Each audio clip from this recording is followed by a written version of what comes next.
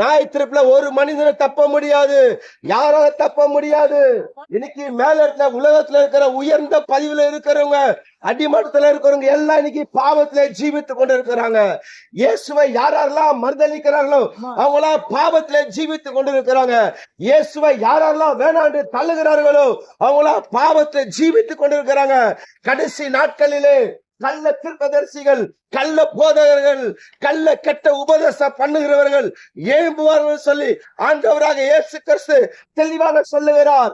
ஆண்டவராக இயேசு கிறிஸ்து சொன்னார், கள்ள தீர்க்கதரிசி எச்சரிக்கையார்கள். இன்னைக்கு கள்ள தீர்க்கதரிசிகள் பெருகி விட்டார்கள், குறி சொல்லுகிறவர்கள் பெருகி விட்டார்கள், நாள் பார்க்கிறவர்கள், அஞ்சான பார்க்கிறவர்கள், தோஷிய பார்க்கிறவர்கள், குறி சொல்லுகிறவர்கள் இன்னைக்கு அதிகமாகி விட்டார்கள்.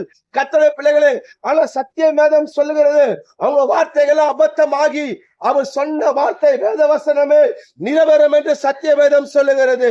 காலம் பொல்லாதவைகளா இருக்கிறது, காலம் கடைசி காலமாக இருக்கிறது. ஒரு நாள் பிறக்கிறது நீ அறிவாய் என்று சொல்லப்பட்டிருக்கிறது. நாளை குறித்து உனக்கு என்ன நடக்கும் தெரியுமா?